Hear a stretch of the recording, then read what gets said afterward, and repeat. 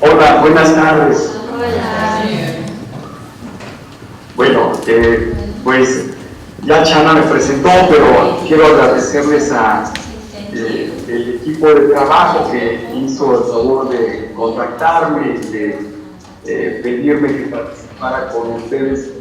Siempre es un honor en la función que tiene uno como maestro, pues siempre es un honor poder apoyar, brindar lo que uno conoce, brindarlo a los demás, apoyar a los demás, sobre todo en la formación de nuestros estudiantes y en la formación de nosotros mismos como maestros.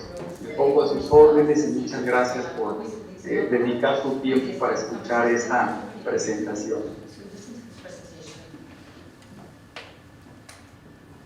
Bien, pues yo estoy seguro que Angie por aquí está escuchando y que ya tenemos la primera diapositiva ahí a la vista.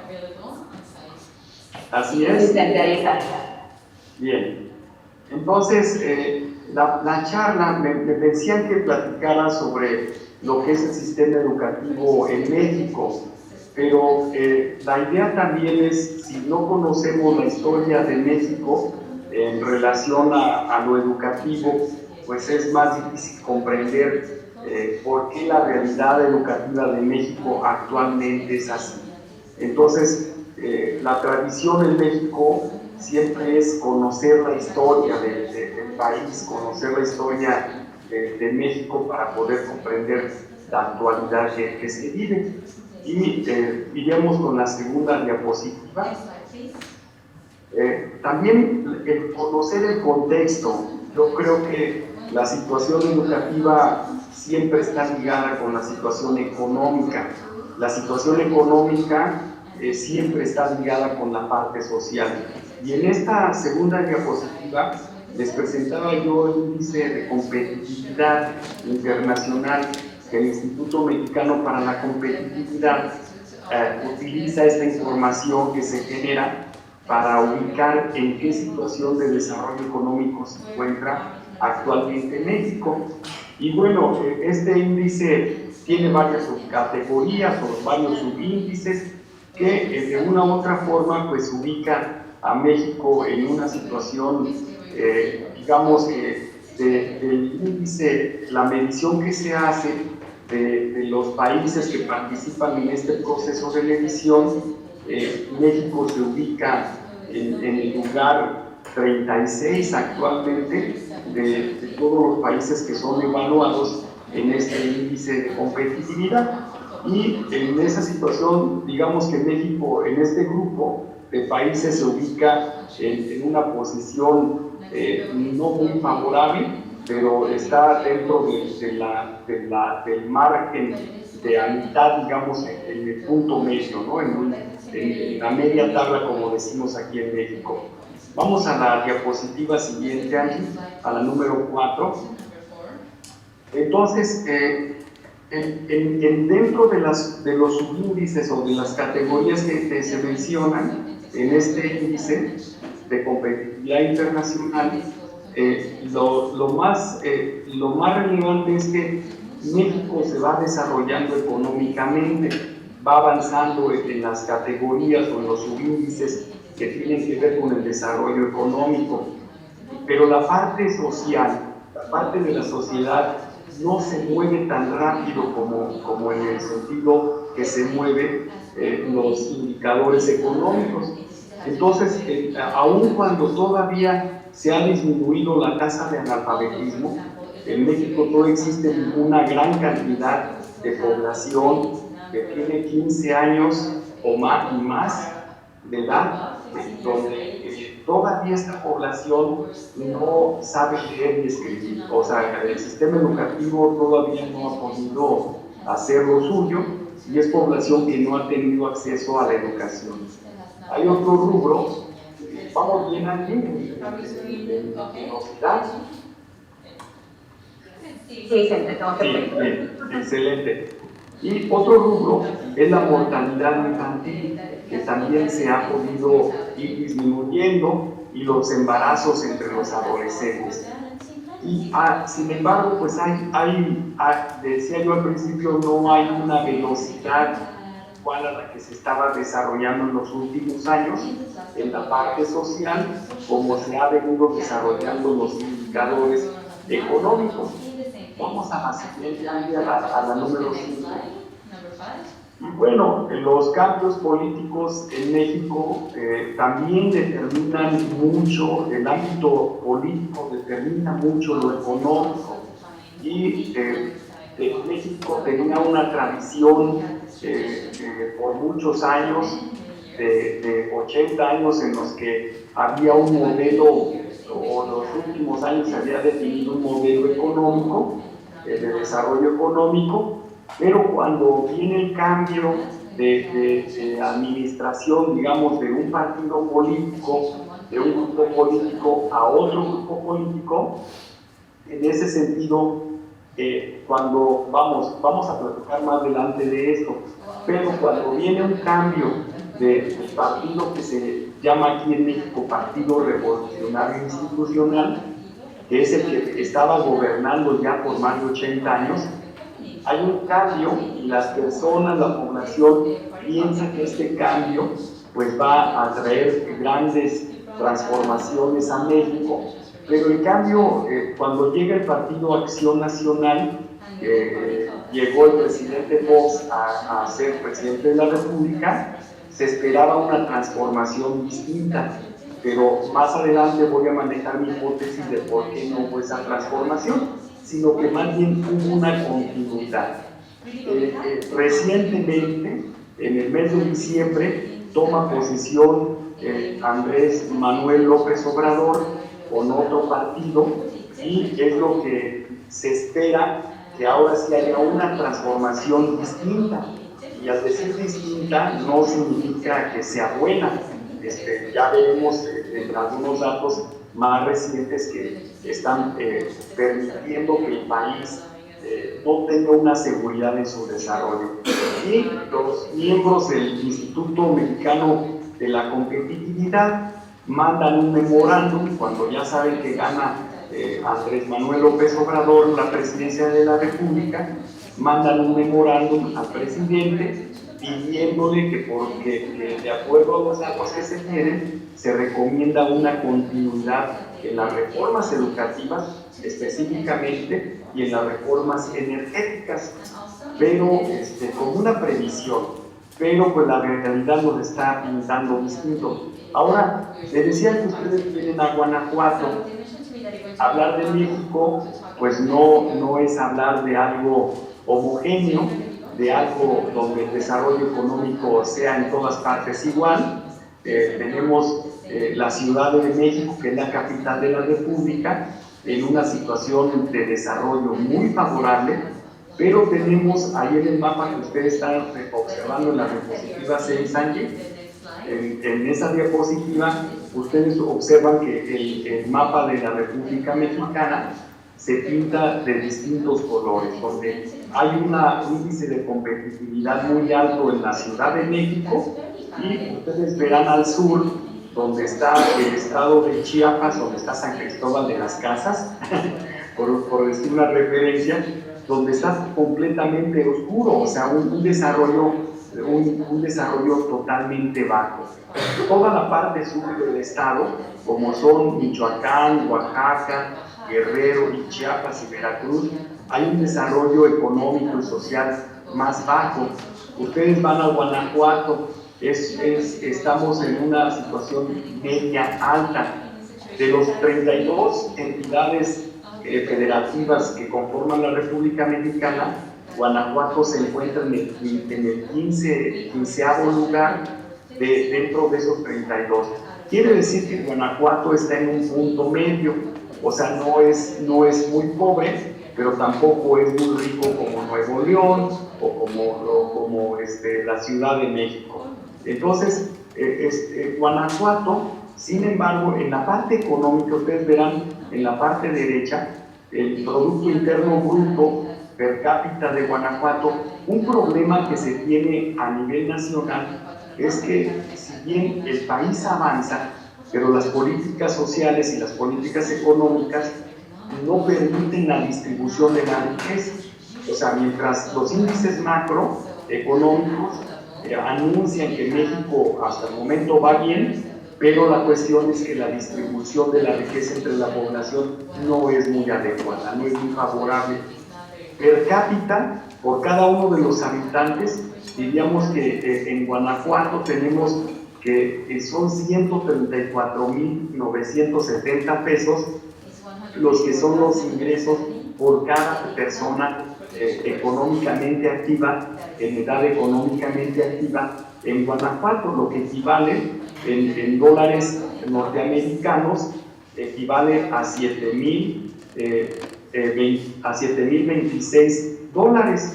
Entonces ustedes que viven allá en Estados Unidos compararán cuánto pueden obtener de poder adquisitivo con 7,026 dólares anuales. Entonces, mientras que la economía en Guanajuato se ubica en el 12º lugar de los 32 entidades federativas, los rubros, las categorías que decíamos respecto a la sociedad se ubican en el 22º lugar. Quiere decir que económicamente Guanajuato está bien, pero socialmente hay mucho todavía por hacer. Pasamos a la diapositiva número 7 y ahí hay algunos de los indicadores, o más bien los indicadores que tienen que ver con la categoría de sociedad. Y vemos que en Guanajuato el 42,36% de la población todavía se le cataloga en el rubro de pobreza. Todavía la mitad, más o menos, un poquito menos de la mitad de la población se encuentra en un estado de pobreza. Acceso a drenaje, pues sí, ya ha mejorado. Acceso a las instituciones de salud, mujeres económicamente activas, y abajo están algunos de los indicadores educativos, como el analfabetismo. Significa que todavía tenemos el 5,50% de la población que tiene 15 años y más que es todavía analfabeta.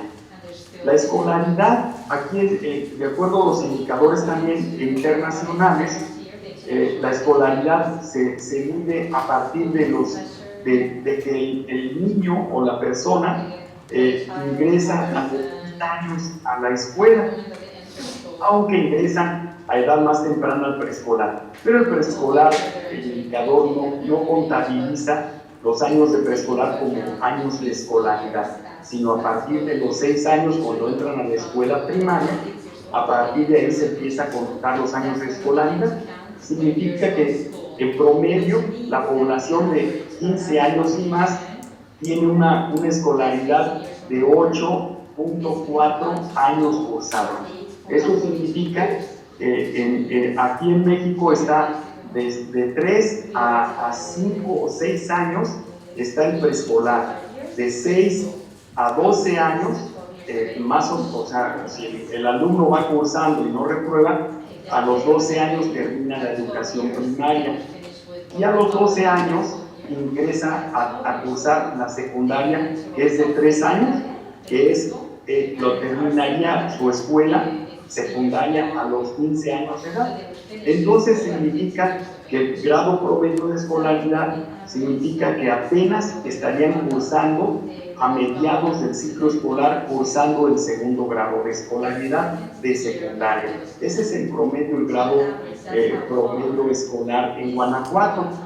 Bien, después en la siguiente diapositiva viene una especie de, digamos, de resumen en el que veríamos que de 100 niños, por cada 100 niños, niñas que ingresan a la primaria, a lo largo del periodo que cursarían primaria, secundaria, bachillerato, solamente terminan ellos 14 de esos 100 y se titulan únicamente aproximadamente 3 personas.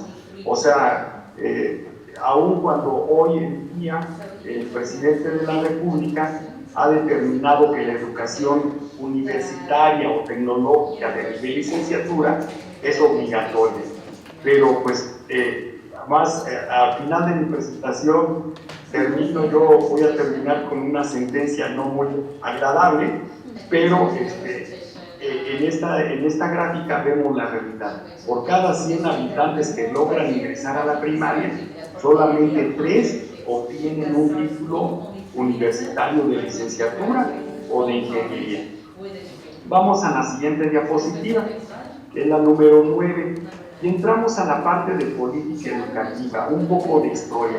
Si bien la tradición de educación en México es muy antigua, como el Imperio Azteca, donde en el Imperio Azteca ya existían las escuelas, ya existía la educación escolarizada, había el Calmeca y el Tepochcali, y como escuelas muy significativas, donde acudían al Calmeca, acudían los nobles que se preparaban para ser gobernantes o sacerdotes, y al Tepochcali asistían únicamente la población libre, porque recordamos que era también un sistema esclavista, una población libre en la que podía prepararse para ser militares, para ser soldados de esa época, de la época del Imperio Azteca. Y así podríamos hablar de la escuela lancasteriana, después ya con la conquista en México, y muchas escuelas, muchos modelos educativos que existieron. Pero algo significativo que yo quería platicarles es, si bien los primeros maestros empiezan a agruparse en México, más o menos a finales de 1800, de 1890 se hace el primer congreso de maestros en los que se discuten modelos educativos, modelos pedagógicos o formas de cómo trabajar la educación, pero esto va agarrando forma. Una parte también muy significativa de la historia de la educación en México es la escuela rural. Si bien había desde la época de Benito Juárez, del presidente Benito Juárez de 1870, había leyes en las que se obligaba a los padres de familia a que mandaran a sus hijos a la escuela. Sin embargo, pues en México eso es lo que ocurre, que hay muchas leyes, muchas normas, pero la realidad es muy distante a lo que mencionan las leyes y mencionan las normas. Escasamente la población acudía a la escuela. En la época de 1921, por ejemplo, cuando es el auge de la escuela rural mexicana, la población en México era netamente rural. Había muy pocas ciudades, había muy pocas localidades urbanas. La población se diseminaba, la población estaba en las áreas rurales. Entonces, las escuelas se ubicaban en las zonas urbanas. Entonces, la población rural difícilmente podía acceder a las escuelas, a la instrucción. Y en ese entonces es cuando surge el movimiento de la escuela rural mexicana, que la pretensión era llevar la educación a las zonas rurales. Y se hicieron grandes esfuerzos para que pudieran instalarse escuelas en el medio rural, pero no fueron lo suficientes.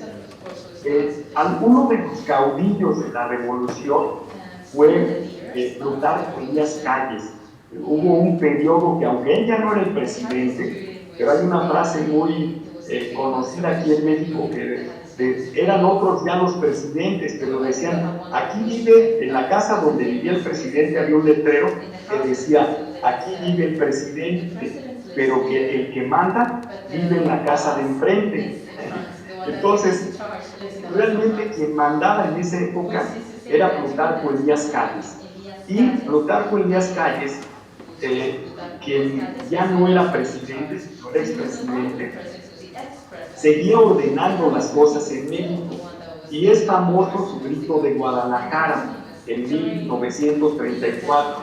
Y en esta frase que colocaba yo aquí en esta presentación, es cuando se decide en México instalar la educación socialista. Yo creo que todo el mundo conocemos que en esos años, en esa época de 1934 a 1940, viene un auge muy fuerte de la Internacional Comunista, donde muchos países trataron de buscar, muchos movimientos sociales buscaron transformar su nación hacia un modelo socialista. Y en México pues no fue la excepción. las doctrinas que se buscaban, que se perseguían en ese entonces, iban encaminadas a una transformación hacia el socialismo. Entonces, la población común y corriente, la población que no estaba instruida, veía con malos ojos que en México se instaurara un régimen socialista. Si bien México tiene una tradición muy fuerte en lo religioso y la religión católica era predominante, se levantaban muchas veces, hubo muchas guerras en México, que los grupos armados se levantaban con el estandarte de la Virgen de Guadalupe o alguna otra imagen religiosa y se levantaban en armas a favor de la religión. Y sabían que la gente, la población sabía que si llegaba un movimiento o una educación socialista, pues era en contra de sus creencias religiosas. Y hubo muchas guerras en México en relación de esto. Vamos a la diapositiva 10. Entonces, un factor importante en México es la cuestión de la idiosincrasia religiosa que tiene el pueblo común y corriente. Y en el ámbito educativo tenemos una fuerte influencia de lo que es el sindicalismo. En el desarrollo educativo de México, a partir del año de 1890, los grupos que se empezaron a organizar de maestros en México tienen una gran influencia sobre las decisiones educativas que se tienen en México. Y hasta el año de 1936 surge la Confederación de Trabajadores de México, que todavía es muy fuerte como organismo político y organismo de confederación de trabajadores, y dentro de ellos surge el Sindicato de Trabajadores de la Enseñanza de la República Mexicana. Hasta el año de 1943, el mismo gobierno en ese entonces del presidente Manuel Ávila Camacho ordena que se cree el Sindicato Nacional de Trabajadores de la Educación, con la finalidad de que se agrupe a toda esta cantidad de grupos de maestros que se habían organizado para defender sus derechos. Pero la tradición en México, más que defender sus derechos de las organizaciones sindicales, más bien buscan un escaño político o una posición política dentro de lo que es la administración pública. Entonces, ese es el fin, lo que yo manejo como idea, de que ese es el fin de las organizaciones gremiales en México, que más que defender los derechos de sus agremiados, pues buscan tener un grupo de contrachoque o un grupo que fortalezca sus posiciones y sus pretensiones políticas, de pertenecer al grupo político. Entonces, este Sindicato Nacional de Trabajadores de México, de la Educación, el CENTE, desde ahí viene trabajando una parte muy importante en las decisiones que se toman en la transformación educativa. Vamos a la diapositiva número 11.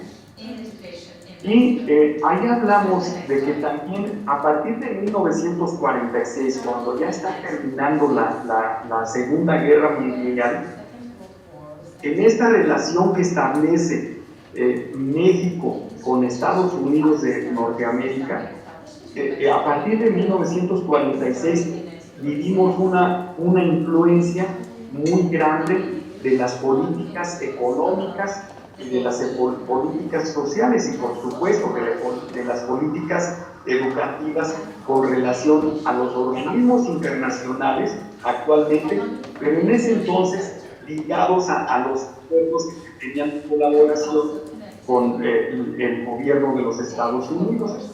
Y en 1939 Estados Unidos no ve con buenos ojos la intención que tenían los gobiernos revolucionarios de transformar la educación en una educación socialista. Y realmente nunca se instauró una educación socialista en México. O sea, por eso decimos que dista mucho lo que dice la Constitución y lo que dicen las normas de lo que es la realidad. Se trató, uno de los elementos también importantes fue que desde la época de la colonia o desde la época del Imperio Azteca, la educación, las instituciones educativas siempre estuvieron en manos de los religiosos, anteriormente con los sacerdotes aztecas, posteriormente con toda la estructura religiosa de la Iglesia Católica. Las escuelas, la mayoría de las escuelas existentes en México, en la época de la colonia y en la época de México independiente, después de la independencia de México, la mayoría de las escuelas seguían siendo escuelas en manos de la Iglesia Católica, ¿sí? Y entonces, lo que hay un autor que menciona en la historia de la educación de México, que esta guerra cristera que se menciona en los años de 1929 y 1930 y todavía 1940, es por la lucha, el control de la educación, tanto por las personas religiosas, tanto como el gobierno. Entran en pugna el gobierno con la Iglesia Católica por el dominio de las escuelas. Y este autor, la tesis que maneja, que no era tanto los particulares y las iglesias, la Iglesia Católica, no era tanto la pretensión de formar un ciudadano religioso, sino más bien la cuestión de la Iglesia Católica es por los bienes económicos que poseía en ese entonces. No existía un templo de la Iglesia Católica que no tuviera a un lado de esta iglesia o de este templo que tuviera una escuela. Todos los templos, todas las iglesias, a un lado de ellos existía esta escuela. Y hasta el momento en México, la educación, el servicio educativo por parte de los particulares está en manos de muchas asociaciones religiosas. Y no es la tesis que maneja este autor del Colegio de México, dice que no es tanto por el beneficio espiritual y religioso que se combina con la educación y con el adoctrinamiento religioso, sino más bien tiene que ver con el recurso económico que se obtiene del servicio educativo. Y bueno, ya hay otras instancias que no son religiosas que han visto el beneficio económico. En pocas palabras, la educación sigue siendo un gran negocio, sigue siendo una gran inversión y un gran beneficio económico de aquellas personas que deciden poner una escuela. Entonces, el conflicto no era tanto por la cuestión de espiritualidad y la cuestión religiosa, sino más bien el trasfondo pues era un beneficio económico al estar brindando servicio educativo a la población.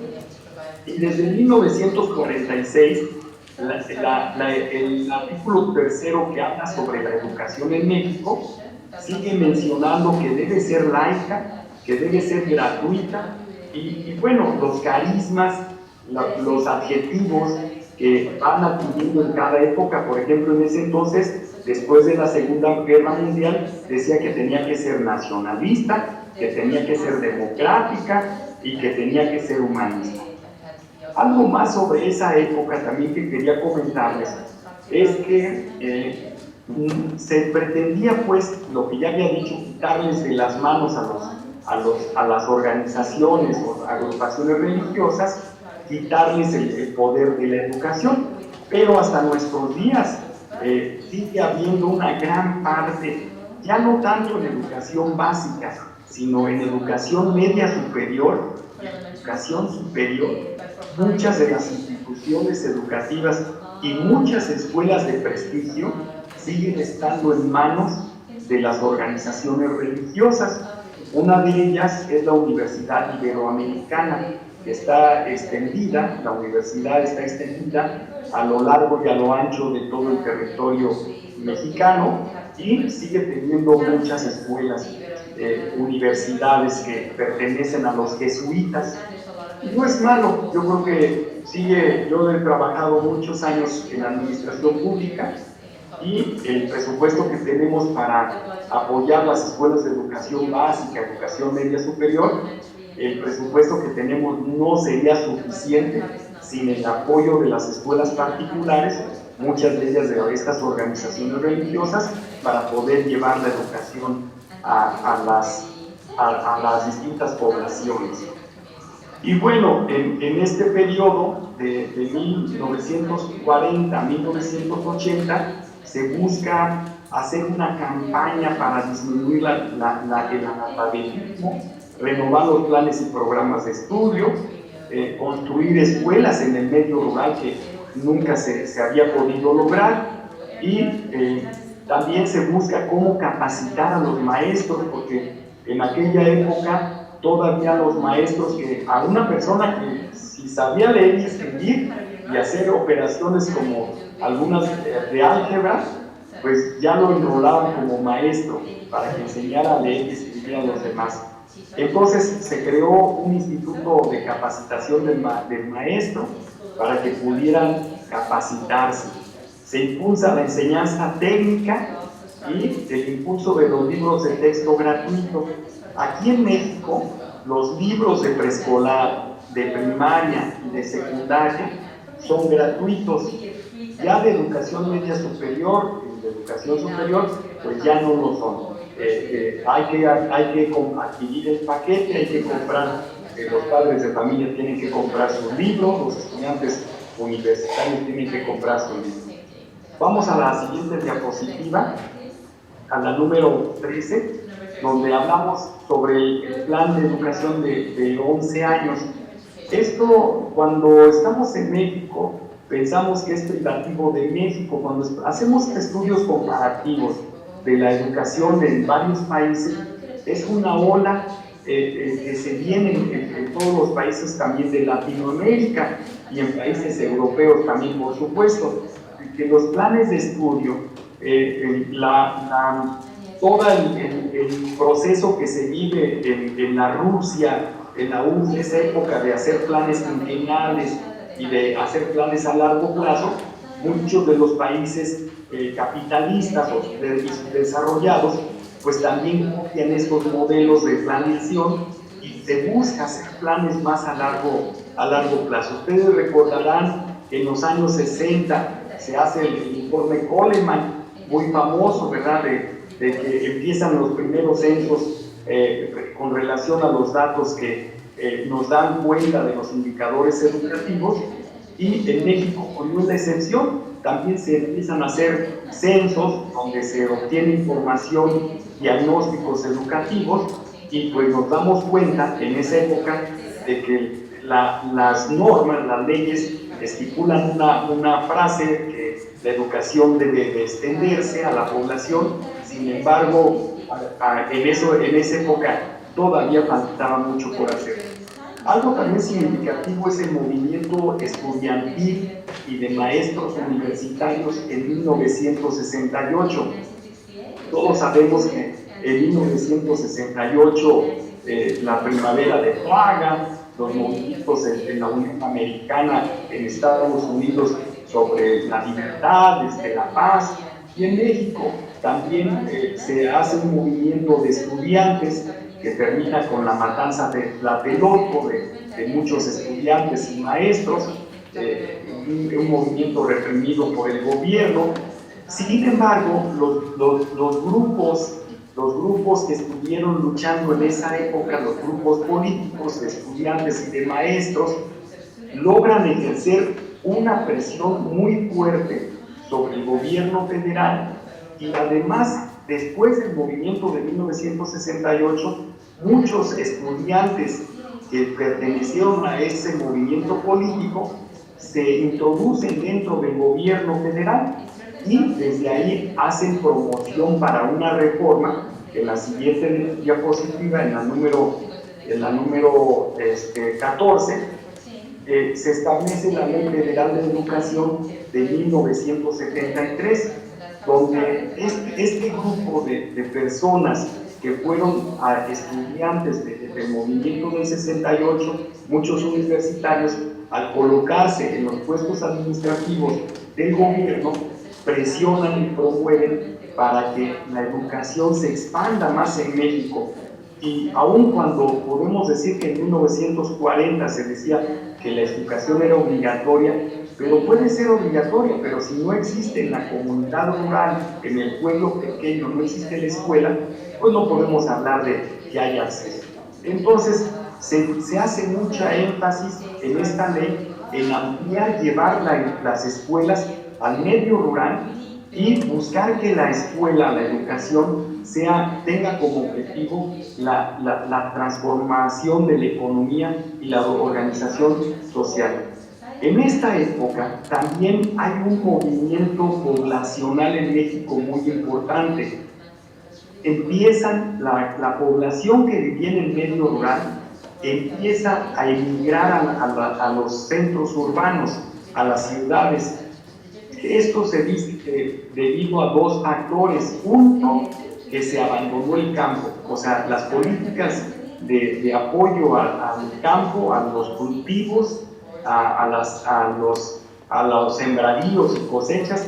El gobierno deja de dar apoyo al medio rural, a los campos, y la población pues no tiene manera de subsistir en el medio rural y se empieza a trasladar al gran auge industrial que en esa época las grandes ciudades de México empiezan a crecer porque se instalan muchas fábricas, muchas empresas, y la población se empieza a trasladar del medio rural al medio urbano. Y la población, uno de los factores también de esta migración al medio urbano es que la población en esos centros urbanos logra tener acceso a la escuela, logra tener acceso a la educación.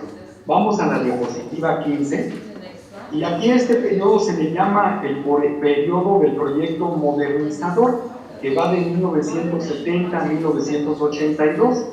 Todavía, pues, en este periodo, pues, se busca lograr la industrialización de México, se continúa con los programas de industrialización. En este periodo se le da auge a las escuelas secundarias, principalmente a los modelos de las secundarias técnicas, más a las escuelas técnicas que le llamamos industriales, y muy poco a las escuelas agropecuarias. Las escuelas secundarias técnicas agropecuarias se ubican en los ejidos, en los centros agrícolas, en los lugares agrícolas, pero la población donde no había un proyecto agrícola, pues se sigue quedando en el medio rural, se sigue quedando sin acceso a la educación. Hay un auge también de la educación media superior. Aparece un subsistema de escuelas que se llaman Colegio Nacional de Profesionales Técnicos, donde es un bachillerato que es bivalente, actualmente es bivalente, pero anteriormente se formaban profesionales técnicos, y esto ayudó mucho también para que se preparara mano de obra calificada para poder apoyar lo que son los procesos de desarrollo industrial en México. En la diapositiva número 16 les comentaba yo sobre un acuerdo nacional para la modernización de la educación básica, pero este acuerdo, ¿con quién se establece?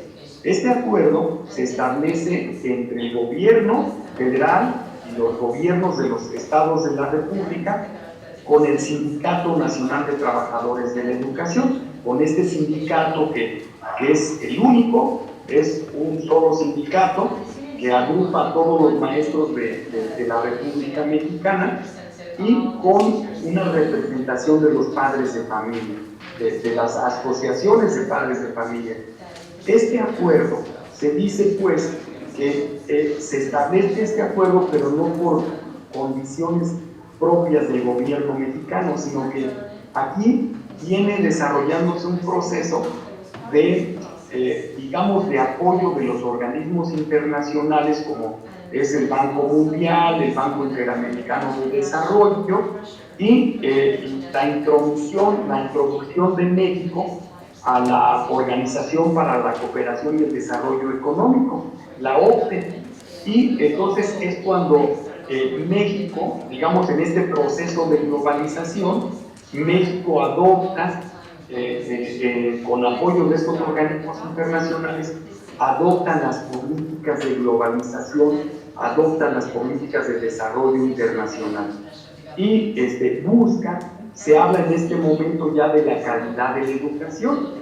Entonces, este acuerdo pues busca también descentralizar. En esa época, los organismos internacionales, uno de sus indicadores es que las decisiones se tienen que tomar en el lugar donde están los problemas. Entonces, se empieza a descentralizar la educación. Se le da mayor participación a los ayuntamientos o los municipios que allá en Estados Unidos son los condados, entonces a los estados de la federación.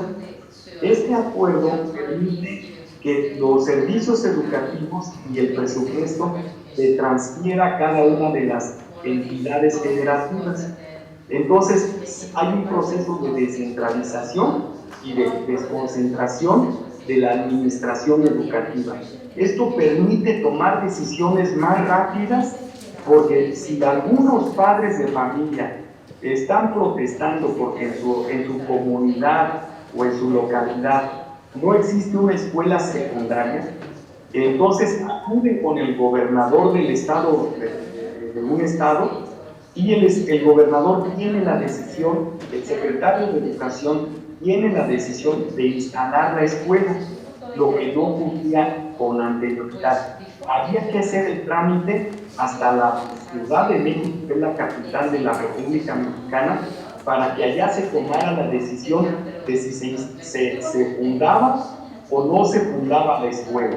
Entonces podían pasar años, décadas de una solicitud, de una gestión que hicieran y no ocurría. Este acuerdo favoreció mucho para que las decisiones se tomaran de manera local y se dieran resolución a los problemas locales. En la diapositiva 17 seguimos hablando de este acuerdo, de que en México hay una lideresa muy importante y muy conocida, que es la maestra Esther Gordillo Morales. Esta maestra es la que venía, digamos, controlando el sindicato y controlando todo el sindicato de maestros y controlando las decisiones que se tomaban en educación. Entonces, a partir de esta fecha, la maestra, el sindicato toma más fuerza. El sindicato, inclusive hay un partido político que se forma a raíz o a través del sindicato, y este partido político llega a tener diputados, llega a tener senadores, llega a tener presidentes municipales y tiene una influencia política enorme. Este acuerdo permite muchas cosas, entre ellos la carrera magisterial, porque los maestros anteriormente pues solamente tenían una prestación económica por sus años de antigüedad.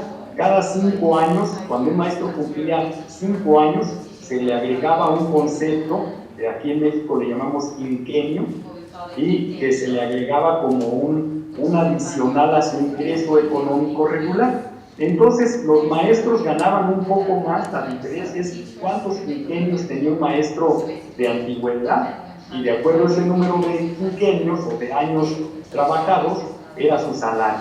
Y este acuerdo para la modernización de la educación básica trae un programa de carrera magisterial que permite, este programa, que los maestros que se puedan preparar, que puedan, anteriormente en México, los maestros nada más cursaban después de la secundaria 4 años de normal para poder ser maestros, como si fuera un bachillerato, un profesional técnico. Y con este acuerdo se especifica que si el maestro cursa una licenciatura, entonces pasa a la siguiente categoría. Si un maestro cursa una maestría, pasa a la siguiente categoría y obtiene mayores salarios, mayores ingresos, y así sucesivamente hasta el doctorado. Si un maestro estudiaba un posgrado, un doctorado, podía pasar a la siguiente categoría y podía ganar más dinero.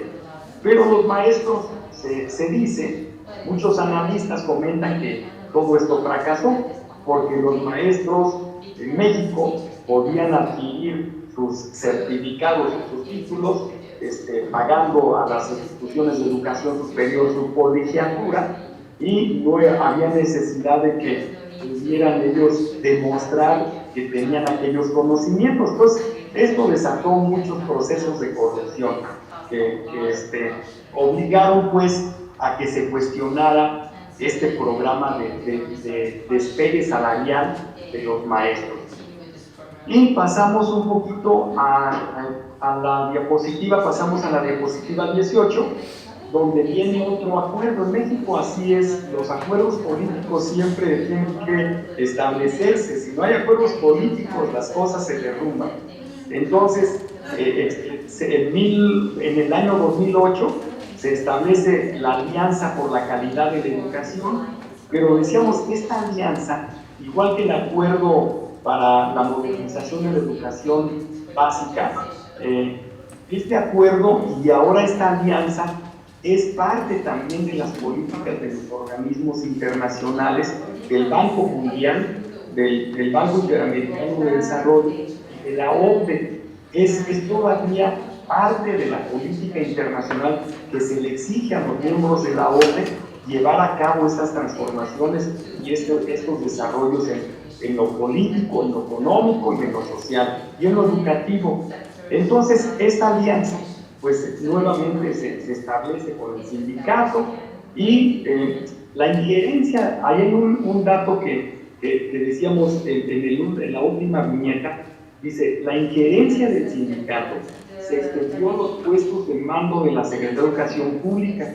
Se dice que toda decisión de la autoridad educativa en el sistema educativo nacional, sea de carácter técnico, administrativo o político, previamente debe ser consultado y consensado con los representantes del sindicato. Y no está consensado y aprobado por el sindicato, no se puede hacer nada.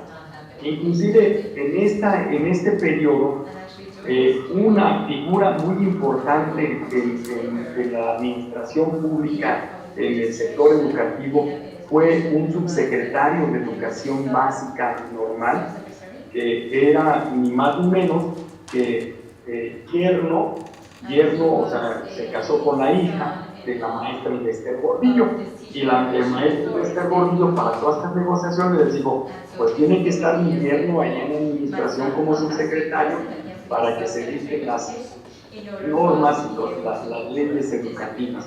Y pues bueno, así es en México.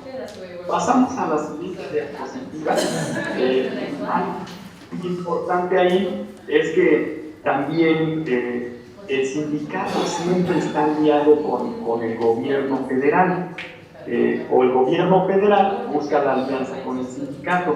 Cuando estuvo el Partido Revolucionario Institucional, el PRI, pues el sindicato siempre fue aliado del gobierno federal, del PRI. Cuando ahora es el gobierno, cuando entra Fox, el presidente Fox entra al poder, pues también busca esta alianza con la maestra Esther Gordillo, con el sindicato. Y ahora está el presidente López Obrador, pues con su partido, que es el Movimiento de Regeneración Nacional, Morena, también se busca esas alianzas. El presidente López Obrador no puede mover algo si no es ahora por acuerdo con el sindicato. Aunque ahora actualmente el problema es más complejo, porque no les he platicado de una facción de maestros. Todos los maestros pertenecemos a ese grupo, a ese Sindicato Nacional de Trabajadores de la Educación, pero dentro de ese sindicato hay una facción muy importante que le llaman, si bien aquí dice CENTE con S, hay otra que se llama CENTE con C, que en lugar de decir Sindicato Nacional de Trabajadores de la Educación, se llama Coordinadora Nacional de Trabajadores de la Educación, pero que también está dentro del CENTE.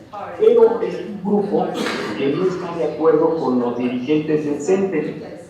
Y este grupo muy numeroso, que ha crecido mucho, es aliado del presidente había sido aliado en campaña política, había sido aliado del presidente cuando estuvo en campaña de López Obrador, y cuando López Obrador llega al poder, pues no ha podido ceder a todas las peticiones de este grupo de la CENTE. Cuando veíamos el mapa de la República Mexicana, veíamos que el color más oscuro está al sur, donde el desarrollo económico, el desarrollo político, el desarrollo educativo en estos estados de la República del Sur, que son Michoacán, Guerrero, Oaxaca, Chiapas, Veracruz, es donde la CENTE tiene mayor influencia. Algo parece, y los sociólogos comentan, que la pobreza pues va ligada de todos los males, ¿no? Son los estados más pobres de la República y es donde la CENTE tiene mayor presencia, donde los maestros de los estados completos, todos los maestros de Oaxaca pertenecen a esta corriente política ideológica que es la CENTE y que se combina con la política de izquierda, la política socialista, y que tiene que ver mucho también con algunos rasgos que tiene el partido Morena. Y pues bueno, así la cuestión. Entonces, ahora pues con esta alianza se implementan muchos cambios que no les gustan a los maestros. En México es algo parecido a las castas que se viven en la India. Si usted nace en una familia de maestros, seguramente va a ser maestro. Si nace en una familia de ferrocarrileros, seguramente va a ser ferrocarrilero. Si nace en una familia de trabajadores de la electricidad, seguramente va a trabajar en la Comisión de Electricidad. Pero esto ocurre porque hay un acuerdo no escrito, había un acuerdo no escrito de que los hijos, el maestro cuando se jubila, tiene el derecho de heredarle la plaza o el trabajo, tiene el derecho de heredárselo a un hijo o a un sobrino o a un cercano pariente. Y igual, los ferrocarrileros cuando se jubilan o cuando hay una plaza vacante, tienen el derecho de que esa plaza, ese puesto, se lo den a un hijo o a un pariente cercano. Entonces, con esta alianza por la calidad de la educación, viene una reforma. Vamos a la página siguiente, a la página 20. En el año del 2013 se reforma el artículo 3º constitucional en el que se establecen todos estos cambios. Ya no se pueden heredar las plazas, ya no se pueden, no estaba escrito eso de la herencia de plazas, no estaba normado, pero era una práctica obligada. Entonces, ahora la cuestión es que estos cambios en la ley, en la Constitución y en la Ley de Educación, establece que para poder ser maestro, primero hay que cursar la carrera de maestro. Y para cursar la carrera de maestro se colocan varios filtros, muchos filtros. Entonces se busca que las personas más capaces, más aptas, puedan ingresar a estudiar para maestros y concluyan la carrera de maestro. Pero eso no es suficiente. Cuando ya hay una vacante de maestro, todos estos que egresan de las normales y de las universidades formadoras de maestros tienen que acudir a presentar un examen. Y al presentar este examen, si logran aprobar el examen, entonces pueden ocupar la plaza vacante. Ya no es tan sencillo, pues en México actualmente esto vino a provocar que muchas personas que tenían la intención de estudiar de maestro ya no estudian, ya no quieren estudiar de maestro, porque antes estudiar de maestro era fácil obtener la plaza de maestro, obtener trabajo de maestro. Entonces ahora saben que no, que el estudiar no les asegura que puedan ingresar a ocupar una plaza, un puesto de maestro. Entonces ahora tenemos carencia. Si anteriormente teníamos abundancia de maestros, ahora tenemos carencia de maestros, ya no hay maestros. Ahora, esta ley también permitió que los ingenieros industriales, los médicos, los abogados, cualquier profesión pueda ingresar a trabajar como maestro.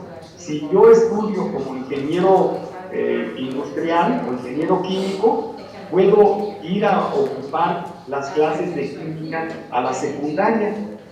Si yo estudio psicología, puedo ocupar la plaza de educadora en preescolar o puedo ocupar la plaza de primaria, de maestro de primaria. Entonces, todo esto lo veíamos con buenos ojos, o sea, toda esta reforma era muy favorable para el desarrollo de la calidad de la educación en México. No fue como la reforma anterior del acuerdo para la modernización, no había forma de cómo, decimos, saltar la verja, saltar la cerca y violar las normas. Entonces, como no vieron la forma de violar las normas, de violar la normatividad, entonces hubo mucha resistencia por parte de los maestros, de las agrupaciones de maestros, para aceptar esta reforma. Esta reforma tuvo una vigencia del 2013 hasta la actualidad. En esta semana los senadores, la Cámara en México se divide entre Cámara de Diputados y Cámara de Senadores. Los diputados promueven la reforma, hacen las propuestas de reformas a la Constitución y se las mandan a los senadores. Y los senadores, como ahí no son, hay una característica en México actualmente, que la mayoría de los diputados son del grupo político de Morena, del partido político de Morena, que es el del presidente de la República actual. Y los senadores ahí no tienen mayoría, entonces necesitan de los acuerdos de los senadores para que las reformas puedan ser aprobadas en el Senado. Y por desgracia para ellos, en esta semana que está por concluir, se buscaba que se aprobara la reforma, nuevamente una reforma en la que se deroga la reforma anterior y entonces pudiera prosperar todos estos nuevos cambios que proponen, pero por desgracia les faltó una diputada que se salió, una senadora que se salió del recinto del Senado y no pudo votar. Entonces, por esa razón no se aprobó. Bien, entonces, vuelvo a hablar de la reforma del 2013. Esta reforma permitía que los maestros fueran a pasar un examen de concurso de oposición para ocupar la plaza de maestro. Una vez que aprobaban que podían aprobar este examen y que se les daba la plaza, al año que estuvieran trabajando como maestros, se les volvía a hacer un examen. Y si aprobaban ese examen, podían continuar como maestros. Si no lo aprobaban, no importaba. Les daban una segunda oportunidad. Al segundo año, esto se llamaba examen de permanencia. Entonces, al segundo año, volvían a presentar el examen y si lo aprobaban, entonces ya era su plaza definitiva. Pero se esperaba que con esta reforma, a los 5 años, nuevamente los maestros volvieran a presentar exámenes. Y si lo aprobaban, continuaban siendo maestros. Si no lo aprobaban, ya no podían ser más siendo maestros. Ahora bien, los maestros que ya tienen años trabajando, también se les estuvo haciendo evaluaciones.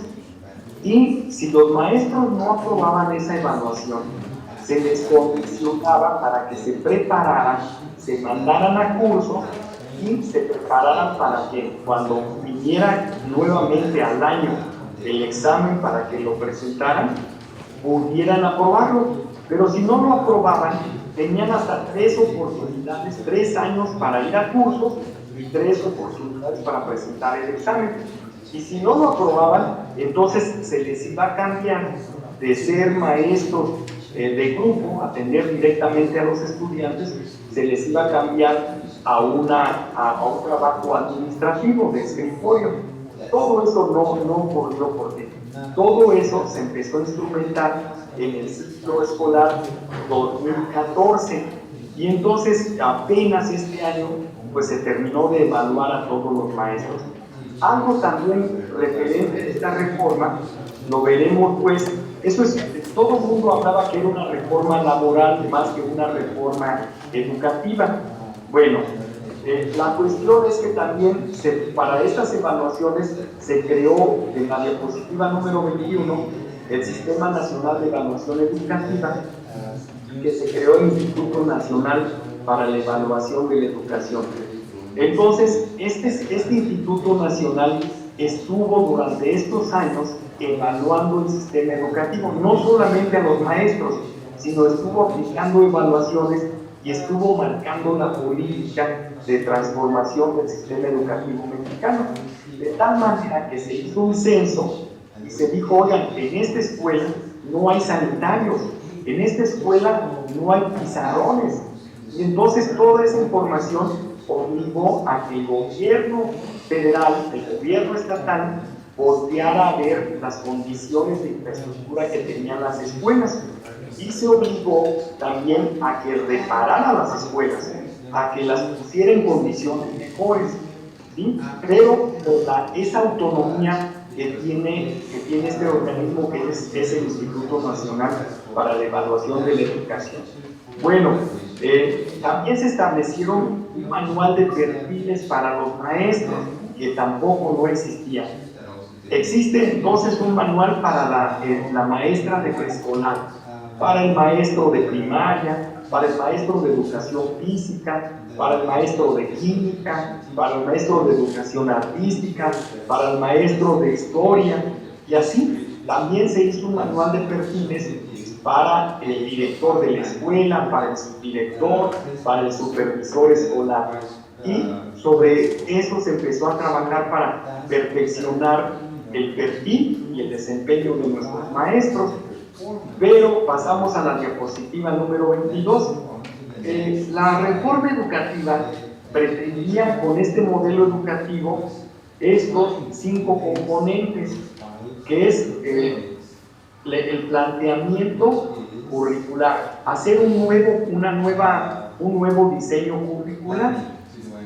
Y otro componente era los ejes, la escuela al centro, colocar la escuela al centro. Ahorita voy a explicar brevemente cada uno de ellos. Y la formación y desarrollo profesional del docente, la inclusión y la equidad, y la gobernanza del sistema educativo.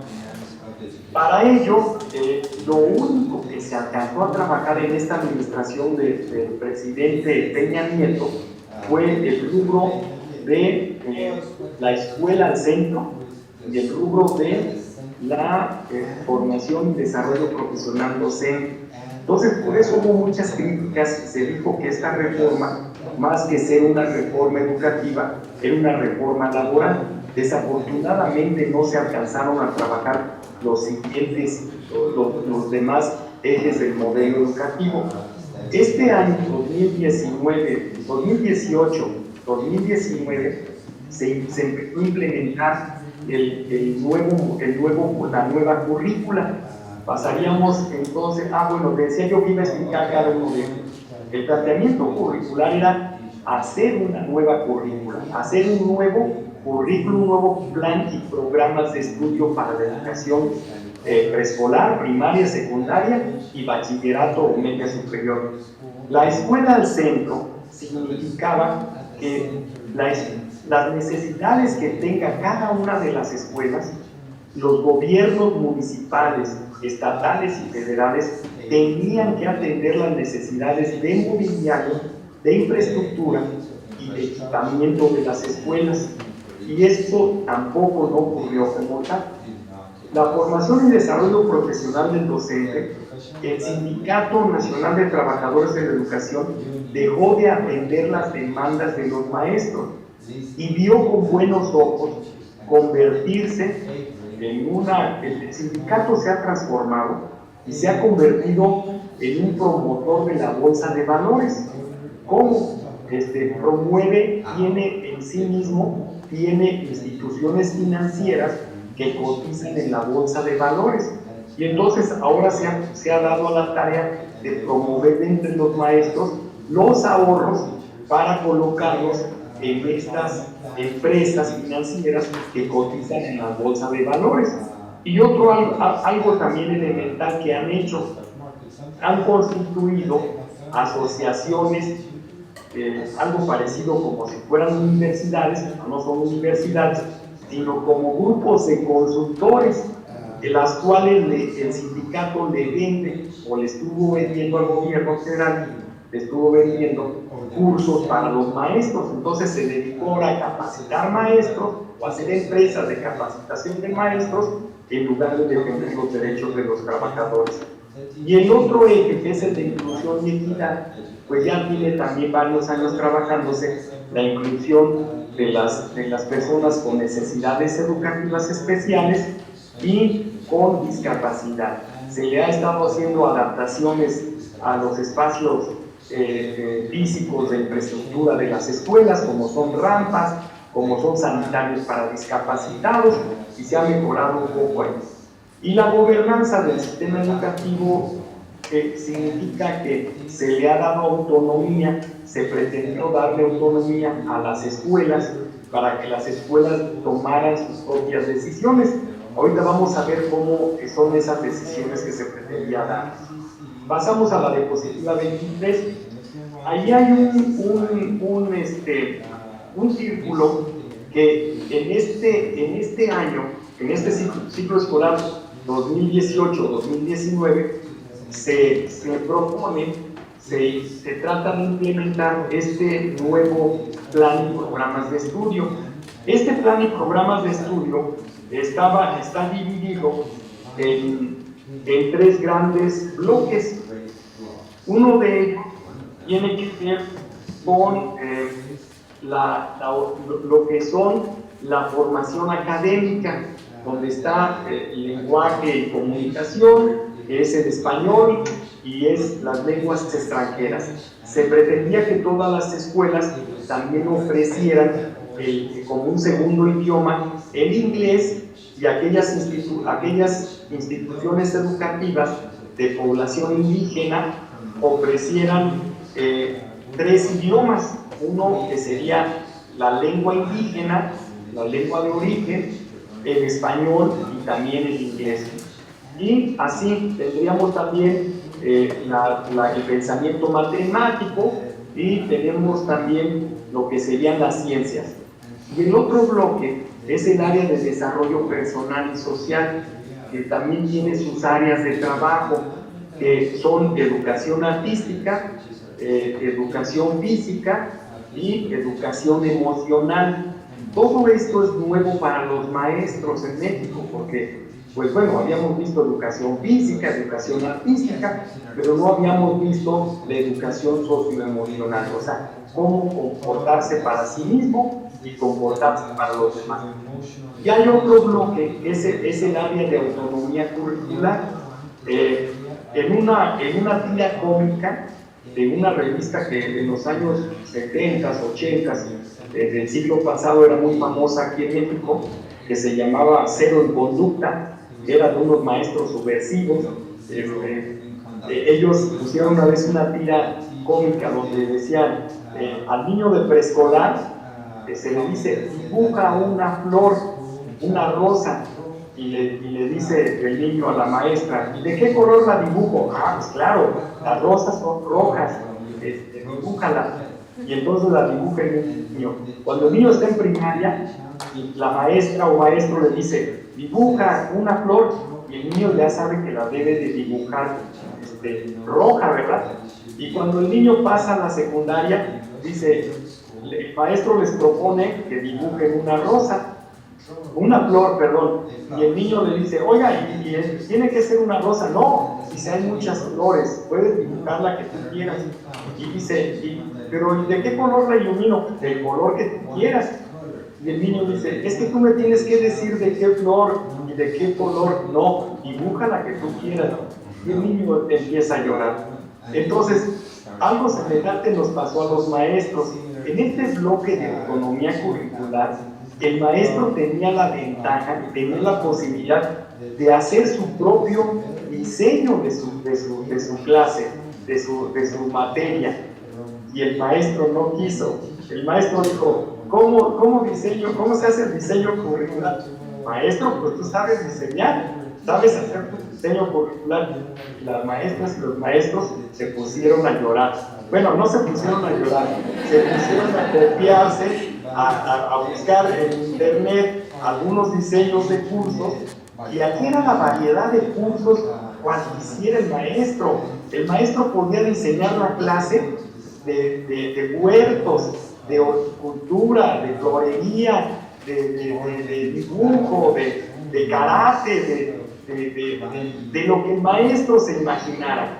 Y el maestro otra vez regresó a diseñar matemáticas, a diseñar español, a diseñar artes. O sea, perdimos aquí la gran ventaja.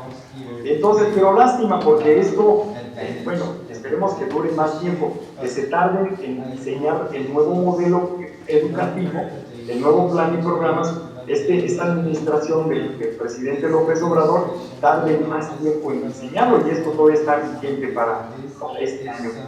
Ahí en la diapositiva 24 y 25 les compartía algunos de los ámbitos, cómo está organizada la currícula y sobre todo los aprendizajes esperados, cómo ahora se le dice al maestro lo que necesitamos con mayor precisión, qué es lo que necesitamos desarrollar.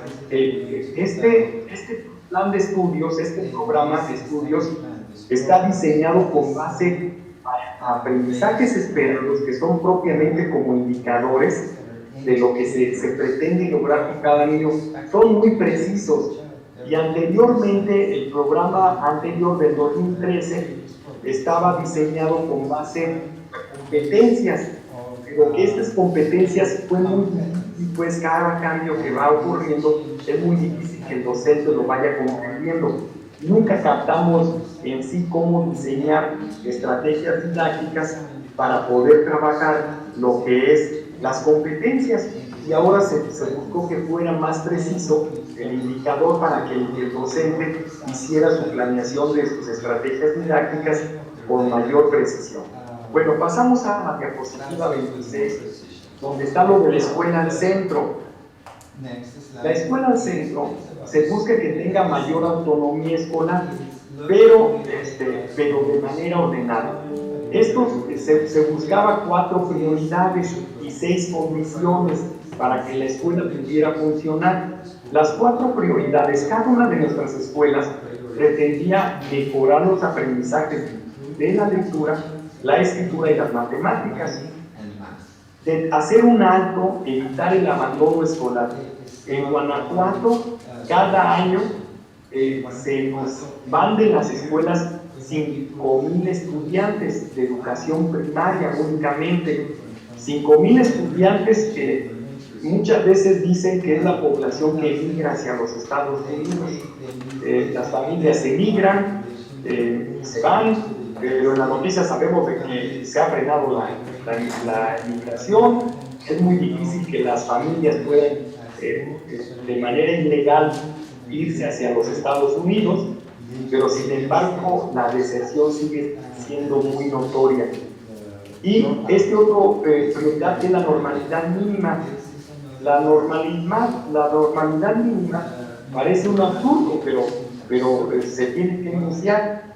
La normalidad mínima consiste en que todos los días debe de haber clases, y que lo normal es que la clase en una escuela primaria empiece a las 8 de la mañana y termine a la 1 de la tarde, porque anteriormente muchas escuelas no empiezan a las 8, empiezan a la hora que les complace iniciar sus labores. Entonces se estuvo haciendo mucho hincapié en que tenían que funcionar normalmente.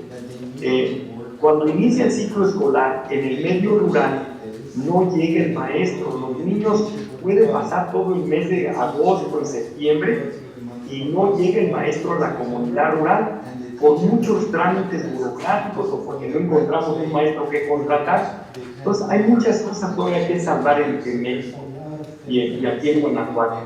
Y otra de las prioridades es la convivencia escolar. Se dio mucho auge al término del bullying escolar, donde los niños agreden a otros niños, y los niños van temerosos al día siguiente a su clase, a su escuela. Entonces hay muchos programas que tienen que ver con la convivencia escolar. Y las 6 condiciones tienen que ver con mejorar la infraestructura escolar, apoyo financiero a las escuelas, descarga administrativa, porque los maestros en México y en Guanajuato se quejan mucho de que no tienen el apoyo para poder nada más dedicarse a planear su clase y a dar su clase, sino que hay mucho papeleo, muchos formatos que se le solicitan al maestro que llene. Entonces eso distrae mucho el tiempo de la clase del maestro. Y los consejos técnicos escolares de zona. Anteriormente se les daba cada 2 meses la oportunidad a los maestros de una escuela para que se reunieran entre ellos y pudieran platicar de las dificultades de aprendizaje de sus alumnos y de los problemas que se tienen en las escuelas. Ahora no, ahora cada último viernes del mes se suspenden las clases, los niños no van a clases y se hacen estos consejos técnicos escolares para que los maestros, mediante una guía que se les proporciona, discutan sobre la formación de los estudiantes. Y otra de las condiciones será fortalecer la supervisión escolar y los consejos escolares de participación social que son constituidos por los padres de familia. Entonces, en esto consistía lo de la escuela, o consiste lo de la escuela al centro. Vamos a la diapositiva 27, donde les decía yo que vienen los rasgos de la normalidad mínima. Dice que todas las escuelas rinden el servicio educativo los días establecidos en el calendario escolar. Sin embargo, pues todavía se siguen suspendiendo muchos días las clases. Por ejemplo, los maestros suspenden cada 2 meses un día de clases porque tienen, no es cada 2 meses, es cada 4 meses suspenden clases porque tienen reunión del sindicato. El sindicato los reúne, pide que se les otorgue ese día para reunirlos, entonces ya es un día menos de 2 días menos de clases. Luego hay las confidencias de los maestros que se les llamamos juegos magisteriales, donde los maestros que quieren ir a jugar fútbol, basquetbol, se reúnen en algún centro deportivo y se les permite que hagan un torneo ahí de deporte. Entonces hay uno que es municipal y si pasan de la etapa municipal a la etapa regional es otro día más suspendido, y si les toca ir al evento estatal ya es otro día. Entonces ya llevamos 5 días suspendidos. Y luego el día del maestro, que es el próximo 15 de mayo, se les otorga para que festejen su día del maestro. Pero como ese día cada quien se va al cine o se va a otro lado, buscan que se les dé otro día más, que es laborable, para suspender por lo menos medio día. Y así podríamos hablar del día de las madres, el día del niño y muchos días de suspensión. Bueno, pasamos a la diapositiva número 28, donde viene la ruta de mejora escolar. Yo creo que esto fue un atino muy considerable, porque aquí en Guanajuato se hacía un proyecto educativo escolar. En el resto de los estados de la República no se hacía una planeación de la escuela como institución. Cada maestro hace su plan de trabajo con su grupo, pero no había un plan de trabajo de la escuela. Entonces, en Guanajuato ya tenemos varias décadas que se venía trabajando un proyecto educativo escolar, y ahora el gobierno federal dijo, ya no le van a llamar ruta de mejora escolar, que busca mejorar la normalidad mínima de operación de la escuela. Ese es uno de sus indicadores, asegurar la base para el aprendizaje relevantes, que son de la escritura, de la lectura, de las matemáticas y las tecnologías, y busca también de tener su plan de trabajo del grupo de maestros de esa escuela, busca detener la deserción y el abandono escolar, y también buscar una convivencia sana. Entonces, la escuela hace un plan de trabajo anual donde busca lograr estos indicadores. Eso yo considero que fue un atino, y que todas las escuelas que pudieron diseñar su plan de trabajo están encaminadas a ello. Bueno, en la diapositiva 29, platicábamos de este consejo técnico escolar, que ahora sí los maestros tienen un día al final del mes, el último viernes del mes, para poder llevar a cabo a lo largo del año 8 sesiones en las cuales hay un diseño, un proyecto en el cual se va trabajando con ellos y se va buscando, por lo menos en pretensión, buscar mejorar la calidad de la educación. En la diapositiva 30 quería compartirles que también en esta reforma actualmente tenemos en el sistema educativo en Guanajuato y en México, tenemos la mitad, casi la mitad de escuelas donde nada más hay un maestro, un solo maestro, o si bien no hay dos maestros, ¿sí? O sea, allá donde ustedes ven un cerro, una loma allá lejos, hay una población. En México la población está diseminada, está regada por todas partes, no se concentra pues en los centros urbanos únicamente. Y allá hay niños, detrás de ese cerro hay unas casas y hay niños. Entonces hay que mandar un maestro para allá. En total son 8 niños, 10 niños, 15 niños, y mandamos un maestro para allá. Y entonces hay niños de 6 años. Si es una primaria, hay niños de 6, de 7, de 8, de 9, de 10, de 11, de 12, de 13 años. O sea, hay un margen muy disperso. Entonces, el maestro tiene que ser maestro de los 6 grados. Y el maestro tiene que hacer el aseo de su salón. Y el maestro tiene que reparar la cerca de la escuela. Y el maestro tiene que citar a los padres de familia. Y el maestro tiene que llevar la documentación de la escuela. Y si hay ingresos escolares, el maestro tiene que llevar ingresos escolares. Y si hace gastos, tiene que llevar gastos escolares. Y el maestro tiene que medir la estatura de los niños. Y tiene que ver el grado de nutrición que tienen. Entonces, este maestro se desvive de muchas actividades para poder llevar educación a esa comunidad.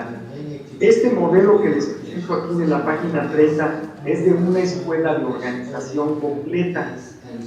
Y aparte, este maestro también tiene que dar las clases de inglés, como yo sin saber inglés. Y tiene que dar educación física y educación artística y bueno, en fin. Entonces, bueno, este modelo, este organigrama que les presento aquí, es de una escuela grande. Y al decir grande, es una escuela donde hay 6 grupos, hay 6 maestros, o una escuela donde hay 12. Las escuelas más grandes tienen 18 grupos. Más de 18 no se permite crecer a más de 18. Una escuela primaria. Una escuela preescolar nada más puede crecer hasta 9 grupos. Una escuela secundaria puede crecer también hasta 18 grupos. Bien, entonces esta escuela modelo tiene un director, tiene un subdirector académico, a partir de que sean 10 grupos, y tiene un subdirector de gestión escolar que es el que ayuda a administrar, a partir de 6 grupos. Tiene los maestros de grupo, tiene un maestro de inglés, tiene un maestro de educación física, un maestro de taller de lectura y escritura, un maestro de enseñanza artística, un maestro de tecnologías de la información y un apoyo para la educación inclusiva. Y a su vez el maestro, que es el subdirector, tiene un apoyo administrativo, un intendente y un velador. Pero les dije, esto es el modelo. O sea, a lo mucho que logramos en esta reforma fue mandarle al director, mandarle a los maestros un intendente y mandarle un subdirector. Y hasta ahí. No se logró concretar todo esto, no se ha logrado. Y bueno, en la siguiente diapositiva está el organigrama del supervisor escolar. En esto sí se pudo avanzar más. Hay un supervisor y el supervisor tiene un apoyo pedagógico de español y un apoyo pedagógico de matemáticas. No todas las supervisiones se lograron equipar con estos 2 apoyos técnicos, pedagógicos de matemáticas y otro de español. Y el apoyo de gestión ese pues no se logró concretar. Esa fue la dificultad de esta reforma.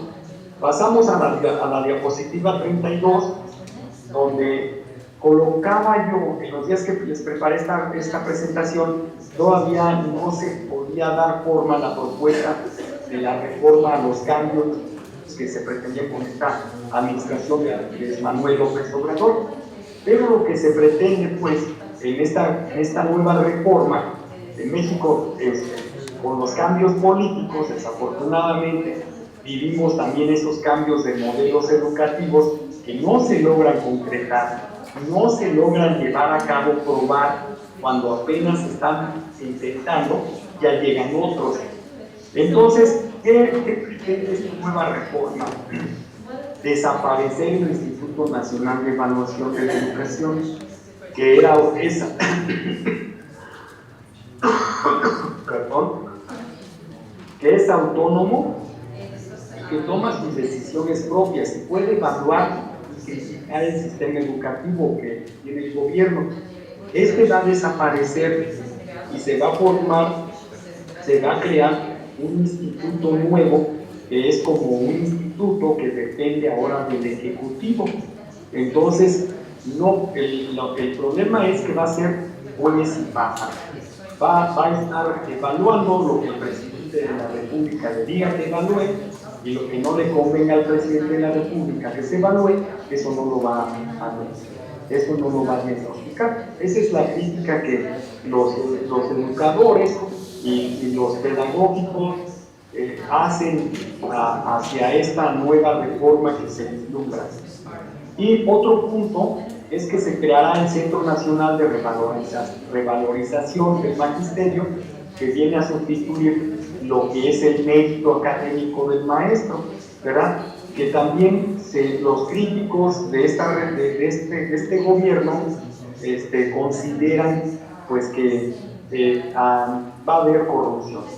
O sea, que ya no va a ser a través del Instituto Nacional de Evaluación, sino que de otras instancias del mismo gobierno, y que estarán favoreciendo a los que sean,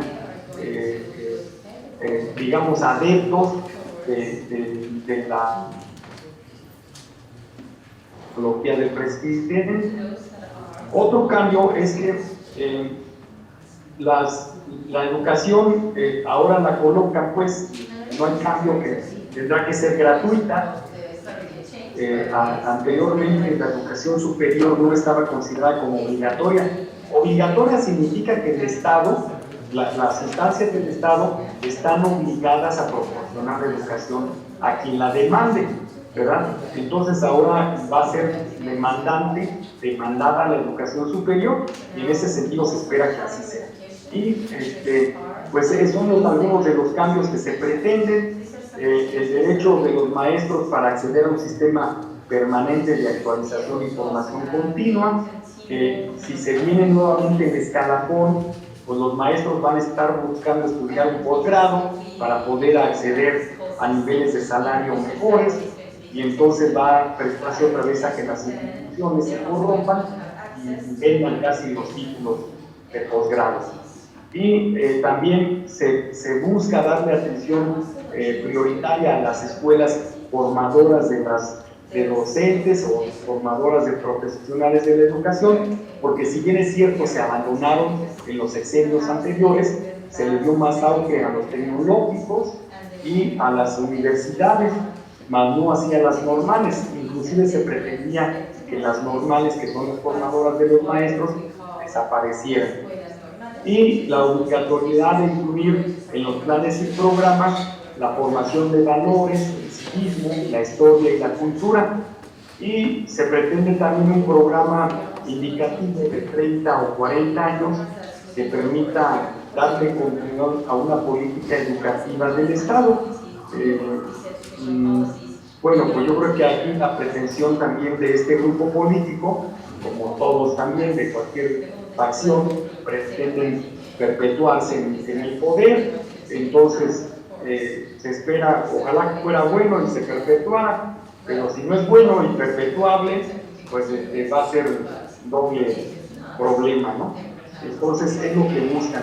Y concluiría yo con esta frase de Revuelta Vaquero, donde dice que si se pudiera considerar dos tipos de burocracia, los que participan en los procesos políticos, o sea, la burocracia política que genera las políticas públicas y su instrumentación en leyes, planes y programas de gobierno, y dice, es decir, los burócratas de primer nivel, los que son políticos, y por otro lado, los burócratas que atienden al público, o sea, los maestros que estamos en las aulas, los directores, que atendemos pues al público, quienes se encuentran en el campo de acción o en la ventanilla, es decir, el burócrata del primer piso. Serían estos últimos los que estarán definiendo las acciones reales que permitirán llevar a cabo las acciones que se desprendan de los planes y programas de estas políticas públicas. O sea, la moraleja pues es que pueden ocurrir o pueden haber muchos planes y programas de estudios nuevos, nuevas reformas a las leyes, pero la realidad en cada escuela es distinta. Cuando el maestro entra a su aula, a su salón de clases, pues ahí él ahora sí es el amo y el rey, y es el que decide qué hacer con su grupo escolar.